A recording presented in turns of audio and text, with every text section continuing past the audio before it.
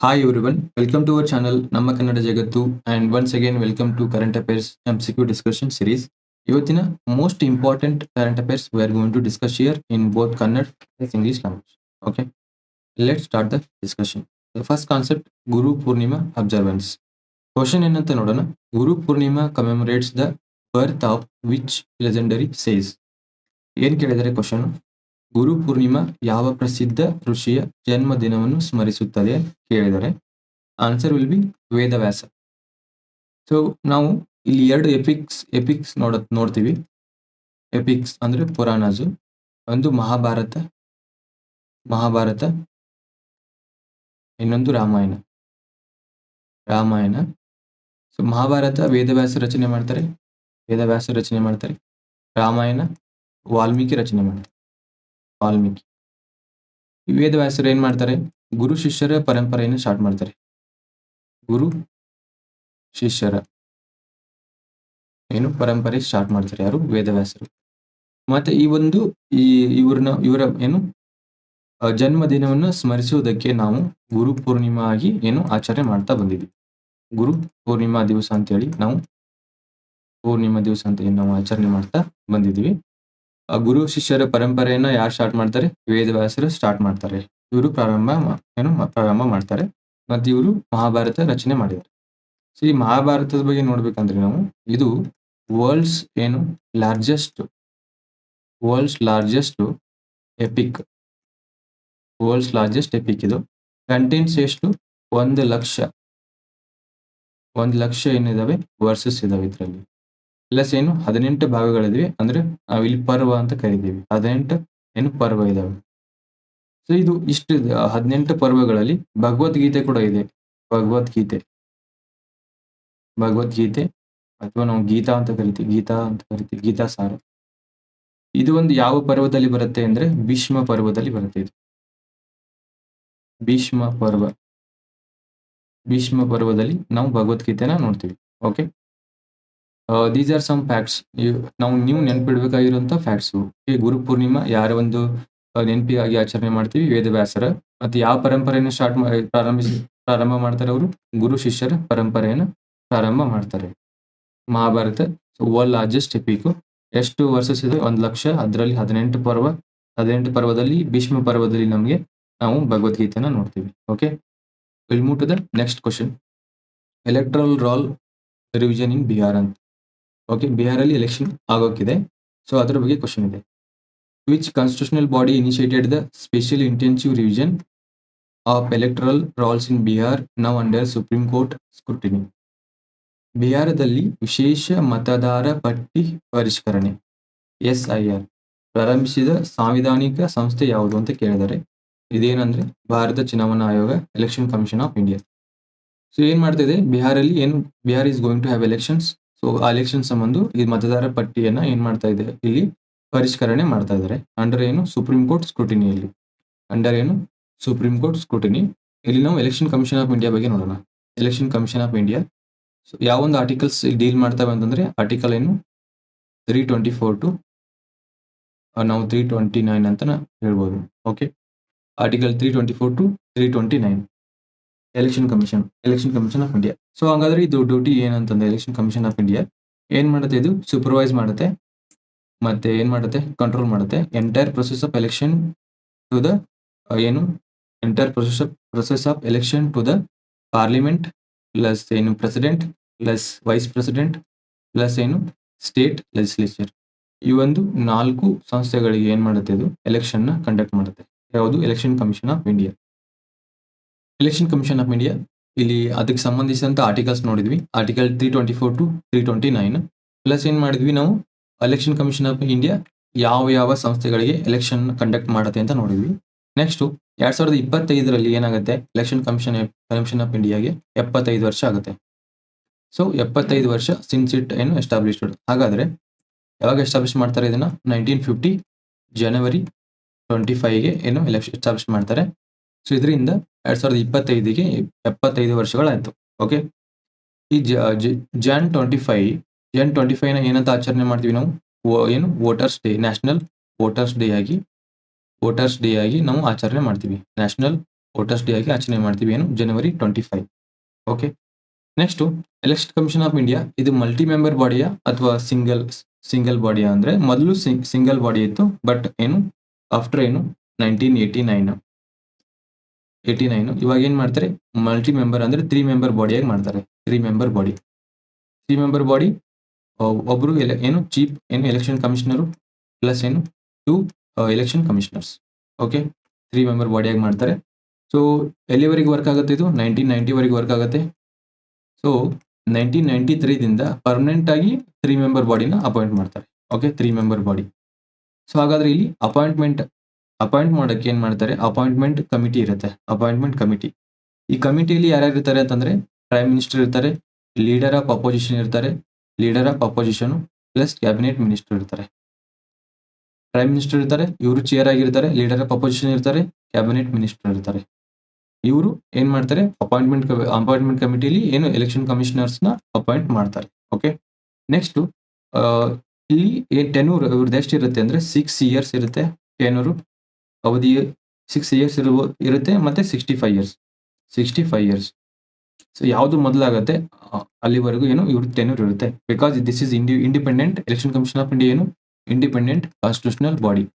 Okay, ensures ಏನು free and fair elections to the ಏನು ಇಲ್ಲಿ ಹೇಳಿದ್ವಲ್ಲ ಪಾರ್ಲಿಮೆಂಟು, ಪ್ರೆಸಿಡೆಂಟು, ವೈಸ್ ಪ್ರೆಸಿಡೆಂಟು ಮತ್ತೆ ಸ್ಟೇಟ್ ಲೆಜಿಸ್ಲೇಚರ್. ಪಾರ್ಲಿಮೆಂಟ್ ಅಂದ್ರೆ ಇಲ್ಲಿ 2 ಬರುತ್ತೆ, ಏನು ರಾಜ್ಯಸಭಾ ಮತ್ತೆ ಲೋಕಸಭಾ. ಓಕೆ, ಟೆನ್ಯೂರ್ ನೋಡಿದ್ವಿ ನಾವು.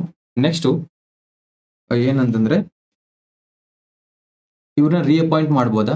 ರೀಅಪಾಯಿಂಟ್ಮೆಂಟ್ ಇರುವುದಿಲ್ಲ ಇಲ್ಲಿ. ರೀಅಪಾಯಿಂಟ್ಮೆಂಟ್ ಏನು ಇರುವುದಿಲ್ಲ. ನೆಕ್ಸ್ಟ್ ಇವರಿಗೆ ಸ್ಯಾಲ್ರಿ ಎಲ್ಲ ಬರ್ತಿರತ್ತೆ. ಏನು ಸುಪ್ರೀಂ ಕೋರ್ಟ್ ಜಡ್ಜ್ಗೆ ಎಷ್ಟು ಬರುತ್ತೆ ಅವ್ರಿಗೆ ಅಷ್ಟು ಇವ್ರಿಗೆ ಏನು ಸ್ಯಾಲ್ರಿ ಬರ್ತಾ ಇರುತ್ತೆ. ಓಕೆ, ನೆಕ್ಸ್ಟ್ ಇಲ್ಲಿ ಕೆಲವೊಂದಿಷ್ಟು ಫ್ಯಾಕ್ಟ್ಸ್ ನೋಡೋಣ. Electronic voting machine, next VVPAT voter verifiable paper audit trial. So ಇದು ಯಾವಾಗ ಸ್ಟಾರ್ಟ್ ಆಗುತ್ತೆ, 2013 ಸ್ಟಾರ್ಟ್ ಆಗುತ್ತೆ ಇದು. ಓಕೆ, ನೆಕ್ಸ್ಟ್ ಸ್ವೀಪ್ ಅಂತ ಬರುತ್ತೆ. ಸ್ವೀಪ್ ಇದು ಕೂಡ ಏನು ಎಲೆಕ್ಷನ್ ಕಮಿಷನ್ಗೆ ಸಂಬಂಧಿಸಿದ್ದು.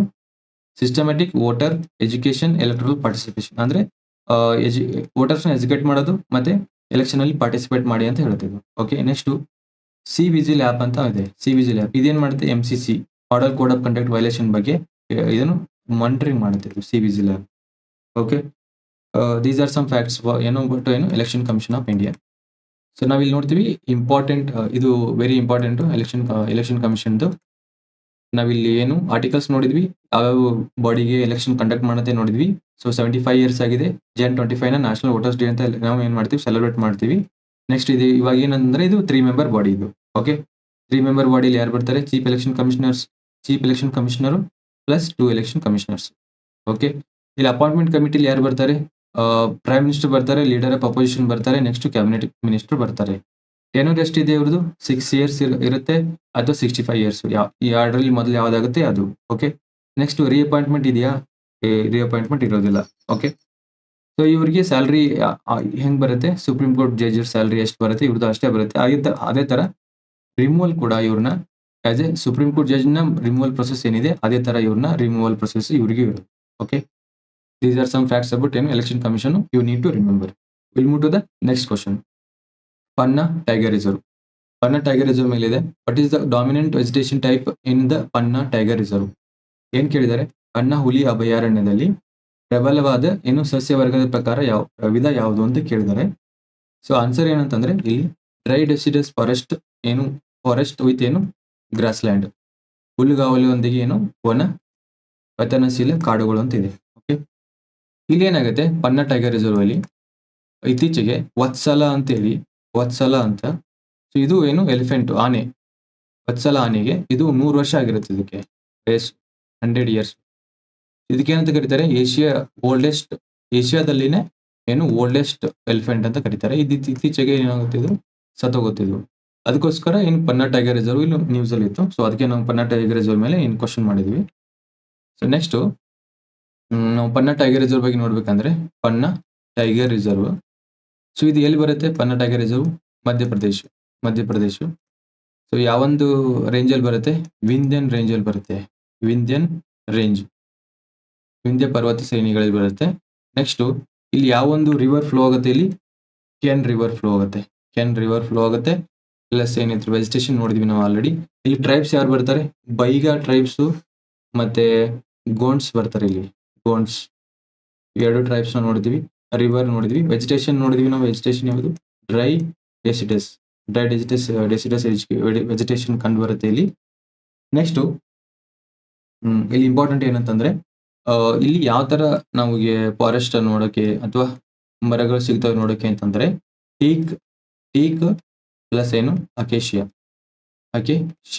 ಓಕೆ, ಇವೆರಡು ಮೇಜರ್ ನಮ್ಗೆ ನೋಡ್ಲಿಕ್ಕೆ ಸಿಗುತ್ತೆ. ಇದಾದ ನಂತರ ನಮ್ಗೆ ವಿಂಧ್ಯನ್ ರೇಂಜ್ ಅಂತ ಹೇಳಿದ್ವಿ. ನೆಕ್ಸ್ಟ್ ಇಲ್ಲಿ ಏನ್ ಬರುತ್ತೆ? ಬಾಗೇಲ್ಖಂಡ್ ಬರುತ್ತೆ, ಮತ್ತೆ ಬುಂದೇಲ್ಖಂಡ್ ಬರುತ್ತೆ. ಸೊ ಇವೆರಡು important exam purpose. So you please go and check.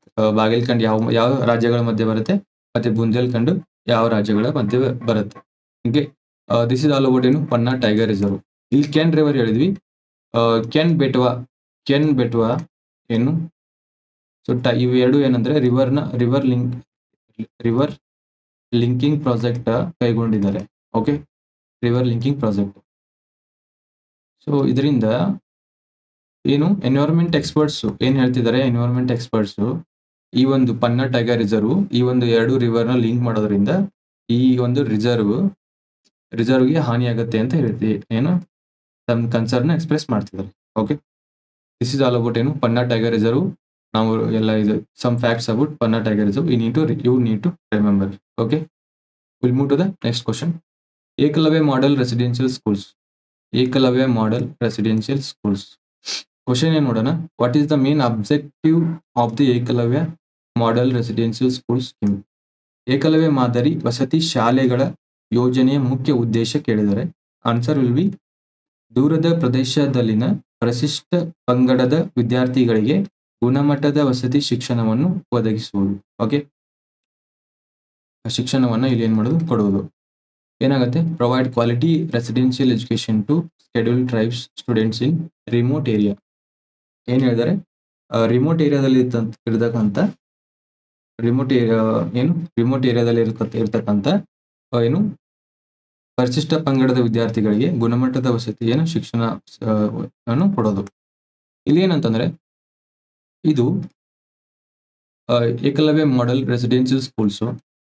ಇದು ಯಾವೊಂದು ಮಿನಿಸ್ಟ್ರಿ ಅಂಡರ್ ಬರುತ್ತೆ ಅಂದ್ರೆ ministry of tribal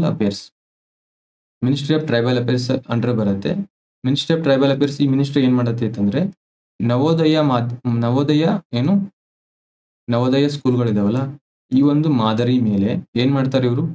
Eklavya model residential schools ನ ಸ್ಟಾರ್ಟ್ ಮಾಡ್ತಾರೆ. ಎಲ್ಲಿ ಸ್ಟಾರ್ಟ್ ಮಾಡ್ತಾರೆ ಇವುಗಳನ್ನ? Remote areas. ಮತ್ತೆ ಇದು ಕಂಡೀಷನ್ ಏನಿರ್ಬೇಕು? ಗ್ರೇಟರ್ ದ್ಯಾನ್ 50% ಏನಿರ್ಬೇಕು? ಅಲ್ಲಿ ಶೆಡ್ಯೂಲ್ ಟ್ರೈಬ್ಸ್ ಇರಬೇಕು, ಅಂದ್ರೆ ಪರಿಶಿಷ್ಟ ಪಂಗಡದವರೇ ಇರಬೇಕು. ವಿತ್ 20,000 ಏನಿರ್ಬೇಕು? ಅಲ್ಲಿ ಟ್ರೈಬಲ್ ಪಾಪ್ಯುಲೇಷನ್ ಇರಬೇಕು. 20,000 ಟ್ರೈಬಲ್ ಪಾಪ್ಯುಲೇಷನ್ ಇರಬೇಕು. ಅವಾಗ ಏಕಲವ್ಯ ಮಾಡೆಲ್ ರೆಸಿಡೆನ್ಷಿಯಲ್ ಸ್ಕೂಲ್ನ ಇಲ್ಲಿ ಎಸ್ಟಾಬ್ಲಿಷ್ ಮಾಡ್ತಾರೆ. ಸೊ ಎಲ್ಲಿವರೆಗೆ ಅಂತಂದ್ರೆ 6 to 12 ತನಕನು. ಸೊ ಕಂಪ್ಲೀಟ್ಲಿ ಇದೇನಾಗಿರುತ್ತೆ? ಎಜುಕೇಶನ್ ಫ್ರೀ ಆಗಿರುತ್ತೆ. ಇದು ಎಜುಕೇಶನ್ ಫ್ರೀ ವಿತ್ ಏನಿಲ್ಲಿ ರೆಸಿಡೆನ್ಷಿಯಲ್ ಕೂಡ. ಅದಕ್ಕೆ ಏನಂತಾರೆ? ರೆಸಿಡೆನ್ಷಿಯಲ್ ಮಾಡೆಲ್ ಆಫ್ ಎಜುಕೇಶನ್ ಅಂತಾರೆ. ಸೊ ಇದರ ಉದ್ದೇಶ ಏನಂತಂದ್ರೆ ಕ್ವಾಲಿಟಿ ಎಜುಕೇಶನ್ ಕೊಡಬೇಕು. ಕ್ವಾಲಿಟಿ ಎಜುಕೇಶನ್ ಕೊಡಬೇಕು. ಸೊ ಯಾರಿಗೆ ಅಂತಂದ್ರೆ ವಶಿಷ್ಠ ಪಂಗಡದವರಿಗೆ, ಅಂದ್ರೆ ST ವಿದ್ಯಾರ್ಥಿಗಳಿಗೆ. ಓಕೆ, ಯಾವ ಮಿನಿಸ್ಟ್ರಿ ಅಂತ ಕೇಳ್ಬೋದು ಕ್ವಶನ್ ಡೈರೆಕ್ಟ್ ಆಗಿ. ಮತ್ತೆ ಏಕಲವ್ಯ ಮಾಡೆಲ್ ರೆಸಿಡೆನ್ಷಿಯಲ್ ಸ್ಕೂಲ್ಸ್ ಈ ಕೆಲವೊಂದಿಷ್ಟು ಏನ್ ಫ್ಯಾಕ್ಟ್ಸ್ ಇದಾವೆ you need to remember. So 6 to 12 ಮತ್ತೆ ಇಲ್ಲಿ ಗ್ರೇಟರ್ ದನ್ 50% ST ಇರಬೇಕು. ಓಕೆ, ಇದರ ಉದ್ದೇಶ ಕೇಳಿದ್ದಾರೆ ಡೈರೆಕ್ಟ್ ಆಗಿ. So these are some facts you need to remember. Will move to the next question. Vera C Rubin observatory ಅಂತಿದೆ. Vera Rubin telescope ಎಲ್ಲಿದೆ ಅಂತ ಕೇಳಿದ್ದಾರೆ. ವೇರಾ ರೂಬಿನ್ ದೂರದರ್ಶಕ ಎಲ್ಲಿದೆ ಅಂತ ಕೇಳಿದ್ದಾರೆ. ಸೊ ಚಿಲಿ ಉತ್ತರ ಭಾಗದಲ್ಲಿ ಇದೆ. ನಾರ್ದರ್ನ್ ಚಿಲಿ ಎಲ್ಲಿದೆ? ಇದು ಚಿಲಿ ಉತ್ತರ ಭಾಗದಲ್ಲಿ ಇದೆ. ಚಿಲಿ ಉತ್ತರ ಭಾಗ ನಾರ್ತ್ ದಲ್ಲಿ ಇದೆ. ಓಕೆ, ಸೊ ಇಲ್ಲಿ ಏನಾಗುತ್ತೆ? North America. If you draw north America ಅಲ್ಲ south America south America draw ಮಾಡಿದ್ರೆ ಸೊ ಚಿಲೆ ಈ ಒಂದು ಪಾಠದಲ್ಲಿ ಏನ್ ಬರುತ್ತೆ ಇದೇನು ಚಿಲೆ ಬರುತ್ತೆ. ಚಿಲೆ ಈ ಕಡೆ ನಾರ್ದರ್ನ್ ಪಾರ್ಟ್‌ದಲ್ಲಿ ಇದನ್ನ ಏನು ಈ ಅಬ್ಸರ್ವೇಟರಿ ಏನಾಗಿದೆ ಲೊಕೇಟ್ ಆಗಿದೆ ಅಬ್ಸರ್ವೇಟರಿ. ಸೊ ಈ ಒಂದು ಏನು ಭಾಗದಲ್ಲಿ ನಮಗೆ ಈ ಒಂದು ಭಾಗದಲ್ಲಿ ನಮಗೆ ಸುಮಾರು ನಾವು ಅಬ್ಸರ್ವೇಟರಿ ನೋಡ್ತೀವಿ. ರೀಸನ್ಸ್ ಏನಂತಂದ್ರೆ ಇಲ್ಲಿ ಡ್ರೈ ಕ್ಲೈಮೇಟ್ ಇದೆ ಇಲ್ಲಿ. ಡ್ರೈ ಕ್ಲೈಮೇಟ್ ಏನ್ ಎನ್ಶೂರ್ ಮಾಡುತ್ತೆ? ಡ್ರೈ ಕ್ಲೈಮೇಟ್ ಇಂದ ಕ್ಲಿಯರ್ ಸ್ಕೈನ ಎನ್ಶೂರ್ ಮಾಡುತ್ತೆ. ಇದು ತುಂಬಾ ಹೆಲ್ಪ್ ಆಗುತ್ತೆ ಅಬ್ಸರ್ವೇಟರಿಗೆ. ನೆಕ್ಸ್ಟ್ ಇನ್ನೊಂದೇನು ಸ್ಟೇಬಲ್ ವೆದರ್ ಇದೆ ಇಲ್ಲಿ. ಸ್ಟೇಬಲ್ ವೆದರ್ ಇರುತ್ತೆ. ಮತ್ತೆ ಲೈಟ್ ಪೊಲ್ಯೂಷನ್ ತುಂಬಾ ಕಡಿಮೆ.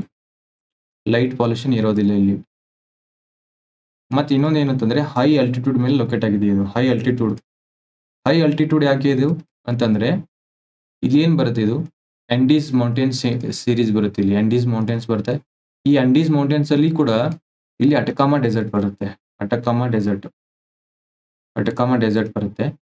ಸೊ ಈ ಒಂದು ರೀಸನ್ ಅಲ್ಲಿ ಇದು ಲೊಕೇಟ್ ಆಗಿರೋದ್ರಿಂದ ಇಷ್ಟೆಲ್ಲ ಇದಕ್ಕೆ ಬೆನಿಫಿಟ್ಸ್ ಇರೋದ್ರಿಂದ ಇಲ್ಲಿ ಸುಮಾರು ಅಬ್ಸರ್ವೇಟರೀಸ್ ನೋಡ್ತೀವಿ ನಾವು. ಇಲ್ಲಿ ಸುಮಾರು ಅಬ್ಸರ್ವೇಟರೀಸ್ ನಾವು ಇಲ್ಲಿ ಕಾಣ್ತೀವಿ. ಅದೇ ತರ ವೆರಾ ಸಿ ರೂಬಿನ್ ಅಬ್ಸರ್ವೇಟರಿ ಕೂಡ ಇಲ್ಲೇ ಲೊಕೇಟ್ ಆಗಿದೆ. ಸೊ ಹಾಗಾದ್ರೆ ಇದ್ರದ್ದು ಉದ್ದೇಶ ಏನು ಅಂತಂದ್ರೆ ಇದ್ರದ್ದು ಏಮ್ ಏನಂತಂದ್ರೆ ಡಾರ್ಕ್ ಮ್ಯಾಟರ್ ಇದು ಅಬ್ಸರ್ವ್ ಮಾಡುತ್ತೆ. Dark matter in the universe. Dark matter universe ಅಲ್ಲಿ. ಸೊ ಹಾಗಾದ್ರೆ ಡಾರ್ಕ್ ಮ್ಯಾಟರ್ ಅಂತಂದ್ರೆ ಏನಂದ್ರೆ ಫಾರ್ ಎಕ್ಸಾಂಪಲ್ ಇದು ಯೂನಿವರ್ಸ್ ಅಂತ ತಿಳ್ಕೊಳ್ಳೋಣ. ಇಲ್ಲಿ ಈ ತರ ಏನ್ ನಾವು ನೋಡ್ತೀವಿ, ನಮ್ಗೆ ಗೊತ್ತಿರೋದು ನಮ್ಗೆ ಏನೇನ್ ಗೊತ್ತಿದೆ? Stars, planets, galaxy. ಸೊ ನಮ್ಗೆ ಗೊತ್ತಿರೋದು ಇಷ್ಟೇ. ಇದೆಷ್ಟಿದೆ ಅಂತಂದ್ರೆ 5% ಇದೆ ಬರೀ. ಇದೇನ್ ನಮ್ಗೆ ಗೊತ್ತಿರದಾದಂತಕ್ಕಂಥ ಏನಿದೆಯಲ್ಲ, ಸೊ ಇದಕ್ಕೆಲ್ಲ ನಾವೇನ್ ಕರಿತೀವಿ? ಡಾರ್ಕ್ ಮ್ಯಾಟರ್ ಅಥವಾ ಡಾರ್ಕ್ ಮ್ಯಾಟರ್ ಅಂಡ್ ಎನರ್ಜಿ ಅಂತ ಕರಿತೀವಿ. ಸೊ ಡಾರ್ಕ್ ಮ್ಯಾಟರ್ ಎಷ್ಟಿದೆ? 27%. Next dark energy 68%. ಓಕೆ, ನಮ್ಗೆ ಗೊತ್ತಿರೋದೇನು 5 to 10% stars, planets, galaxy. So ಮಿಕ್ಕಿದ್ ನಮ್ಗೆ ಏನೇನು ಗೊತ್ತಿಲ್ಲ. ಸೊ ಅದಕ್ಕೆ ಏನಂತ ಕರಿತೀವಿ? ನಾವೇನಿದು ಅನ್ನೋನ್, ನಮ್ಗೇನು ಗೊತ್ತೇ ಇರೋದು ಏನಂತ ಕರಿತೀವಿ ನಾವು? Dark matter and energy. So ಅದು 27% 68% ಇದೆ. ಇದೇ ಒಂದು ಸ್ಟಡಿ ಮಾಡಕ್ಕೆ ಯಾವ ಅಬ್ಸರ್ವೇಟರಿ ಇದೆ ಇಲ್ಲಿ? ವೆರಾ ಸಿ ರೂಬಿನ್ ಅಬ್ಸರ್ವೇಟರಿ ಇದೆ. ಎಲ್ಲಿ ಲೊಕೇಟ್ ಆಗಿದೆ ಇದು? ಸೌತ್ ಅಮೆರಿಕಾದಲ್ಲಿ ಚಿಲೆಯ ಉತ್ತರ ಭಾಗದಲ್ಲಿ ಲೊಕೇಟ್ ಆಗಿದೆ. ಅದು ಕೂಡ ಎಲ್ಲಿ ಅಂತಂದ್ರೆ ಆಂಡೀಸ್ ಪರ್ವತ ಶ್ರೇಣಿ, ಅಟಕಾಮಾ ಡೆಸರ್ಟ್ ಅಲ್ಲಿ. ಇದೊಂದು ಲೊಕೇಶನ್ ಯಾಕೆ ಆಯ್ಕೆ ಮಾಡಿದ್ದಾರೆ ಅಂತಂದ್ರೆ ಇಲ್ಲಿ ಡ್ರೈ ಕ್ಲೈಮೇಟ್, ಸ್ಟೇಬಲ್ ವೆದರ್ ಇರುತ್ತೆ, ಲೈಟ್ ಪೊಲ್ಯೂಷನ್ ತುಂಬಾ ಕಡಿಮೆ ಇರುತ್ತೆ, ಮತ್ತೆ ಹೈ ಆಲ್ಟಿಟ್ಯೂಡ್ ಮೇಲೆ ಇದು ಲೊಕೇಟ್ ಆಗಿರೋದ್ರಿಂದ ಇದು ಸೂಟೇಬಲ್